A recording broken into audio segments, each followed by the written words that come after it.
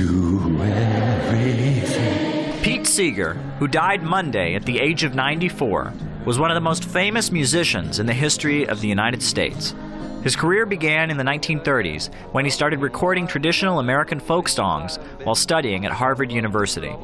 In his music, Seeger never shied away from politics.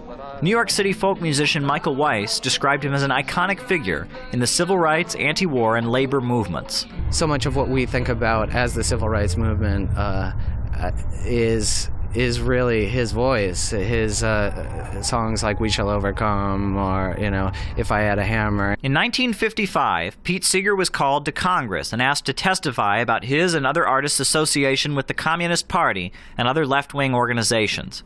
He famously declared, quote, "I am not going to answer any questions as to my association, my philosophical or religious beliefs, or my political beliefs. I think these are improper questions for any American to be asked, especially under such compulsion as this." For speaking these words, Seeger was charged with contempt of Congress.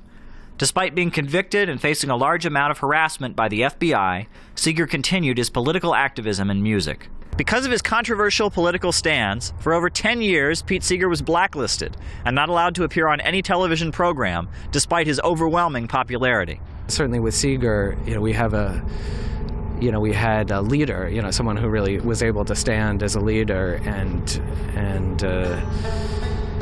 inspire others. As I went walking that ribbon of highway. Seeger was a leader of the movement against the U.S. wars in Vietnam, Iraq, and elsewhere, and against the proliferation of nuclear weapons. He performed at countless rallies denouncing militarism and aggression and calling for peace. Caleb Maupin, Press TV, New York.